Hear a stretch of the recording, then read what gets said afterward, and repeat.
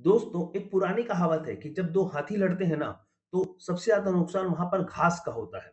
मतलब एक तरफ है यूएस और एक तरफ चाइना। इनका जो आपस में कोल्ड वॉर और ट्रेड वॉर चल रहा है, उससे इनका जो होना है वो तो होगा, लेकिन इसका जो इम्पैक्ट वो पूरी दुनिया पर पड़ रहा है। ग्लोबल इकोनॉमी पे पड़ रहा है, साथ ही जितने जो इमर्जिंग मार्केट्स हैं, इमर्जिंग इकोनॉमीज़ हैं, मिडल इकोनॉमीज़ आप बोल सकते हैं, जैसे इंडिया की इकोनॉमी है या फिर ब्राज़ील की इकोनॉमी है और जो इससे छोटे-छोटे देश हैं जो अभी बढ़ रहे हैं डेवलपिंग नेशंस के, उन पर बहुत ही नेगेटिव इम्पैक्ट आ रहा है। हम समझेंगे इस वीडियो में कि क्या कारण है जिसके कारण उन पे नेगेटिव इम्पैक्ट आ रहा है। दूसरा, वह इससे कैसे बच सकते हैं। 21st सेंचुरी इमर्जिंग मार्केट्स के लिए अच्छी नहीं गुजरी है। क्यों? क्योंकि सन 2000 के बाद चाइना को छोड़कर किसी भी देश ने ट्रेड वॉल्यूम के टर्म्स में या फिर ग्रोथ के टर्म्स में बहुत ज़्यादा तरक्की नहीं की है।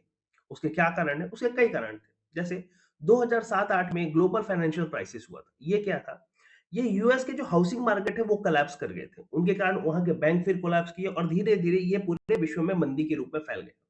बड़ी मुश्किल से इस ग्लोबल फाइनेंशियल क्राइसिस से सारी दुनिया निकली थी, इमर्जिंग मार्केट निकले थे कि उसके बाद आ गया कोरोना। कोरोना ने इमर्जिंग मार्केट की कमर तोड़ के रख दी। ऐसा प्रॉब्लम, ऐसा इकोनॉमिक सिचुएशन इमर्जिंग मार्केट के सामने पिछले 100 वर्षों में कभी नहीं आया था और उनके पास इतनी क्षमता भी नहीं थी कि इसे आसानी से निकल सके।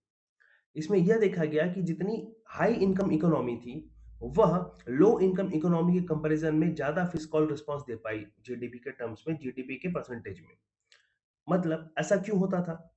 देखिए, जैसे मान लीजिए कोई स्ट्रॉन्ग इकोनॉमी के देश है, जैसे यूएसए है, तो मार्केट से उन्हें आसानी से पैसा मिल जाता था क्योंकि लोगों को लगता था कि जो अभी संकट के समय है, अगर आपका कहीं पैसा सुरक्षित रहेगा, तो वो कहाँ रहेगा? तो यूएसए जैसी गवर्नमेंट के पास, डेवलप्ड नेशंस के गवर्नमेंट के पास। तो वो उनको उधार देती थी, उनके बॉन्ड पेपर खरीदती थी।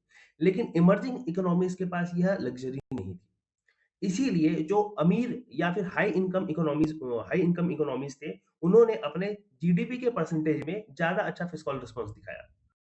देखिए, इस बात में तो कोई संशय नहीं है कि जो डेवलप्ड नेशंस थे या फिर हाई इनकम नेशंस थे, उन्होंने डेवलपिंग या फिर जो इमर्जिंग इकोनॉमीज़ है, उनके कंपैरिज़न में कोरोना को ज़्यादा अच्छा टैकल किया था in terms of fiscal policies या फिर आपने जो जीडीपी के शेयर पे खर्चा कर रहे थे, उसके टर्म्स में। लेकिन इमर्जिंग इकोनॉमीज़ ने भी काफ़ी नए-नए कार्य किए। जैसे पहली बार डायरेक्ट इनकम जो सपोर्ट था, वो इस टाइम पे चालू हुआ। हमने देखा कि बैंक इस वीडियो का पूरा भाग आप स्टडीफिकेशन के चैनल पर जाकर देख सकते हैं। साथ ही हमारे प्रीवियस वीडियो को भी देखिए। चैनल को सब्सक्राइब करिए, लाइक करिए, शेयर करिए।